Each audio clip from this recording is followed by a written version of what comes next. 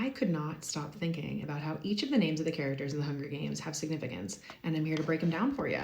We find out in Mockingjay that Panem itself is named after this Latin phrase. Sorry, I don't speak Latin. It basically means bread in circuses. The concept is as long as you feed people bread and provide them with entertainment, they won't realize what's going on within their government. The characters' names throughout the books actually fall into two categories. They're either nature-based names or Roman-based names. First is none other than the girl on fire, Katniss Everdeen. For Katniss, I focused just on her first name. Katniss is a potato-type plant that has arrowhead-shaped leaves. Of course, it's interesting that the plant she receives her name from has arrowhead-shaped leaves because she becomes a hunter and uses a bow and arrow. But what's even more interesting about this plant is that the genus of the plant is Sagittaria, and that fits with the constellation Sagittarius. And Sagittarius is the archer. Cue Taylor Swift. Gale was a really fun person to deep dive down into. I looked at both his first name and his last name. Most of the sources noted that Gale means to be happy and jovial, but that doesn't really fit his character. And going off of the nature-based comment, one of the things is a gale wind, a gale force wind. A gale force wind is strong, it's damaging, and wind, of course, is not visible. So I think that really fits with his character. But if you want some additional things to compare it to, one of them could be a bird, the nightingale. A nightingale is symbolic for longing after a lover, and it's a songbird. So I think that also fits really well within our story.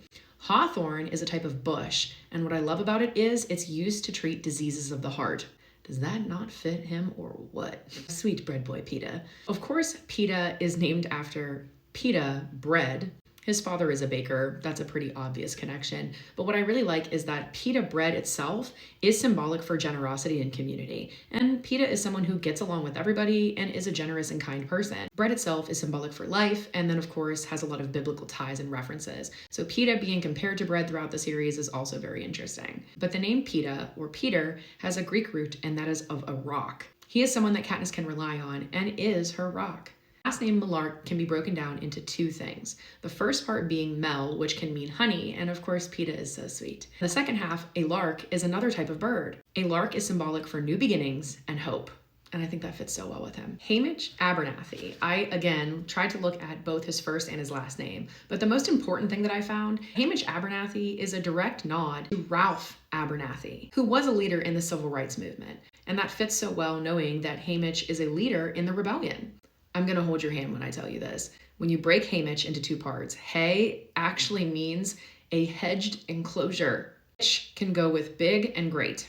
Abernathy is actually a surname that came from Scotland, and it means the mouth of a river. So we have Primrose. I focused, again, just on Primrose, not on Everdeen. Primrose together is a plant, and it is a symbol for youth and optimism. It can also have medicinal purposes, but the medicinal purposes didn't seem very valid for this. I also took her name and broke it into two, because most commonly, she is referred to just as Prim, and the word Prim is a synonym for respectable. And I love that because Katniss notes all the time how Prim is beloved and respected by the community. Rose, the second half of her name, is a flower, and that's of course notable when you read Sunrise on the Reaping and find out the lineage of their family. Giving someone a rose can have vast meanings. It can mean love, friendship, but I also think it's very interesting that a rose is what Coriolanus Snow wears on his lapel.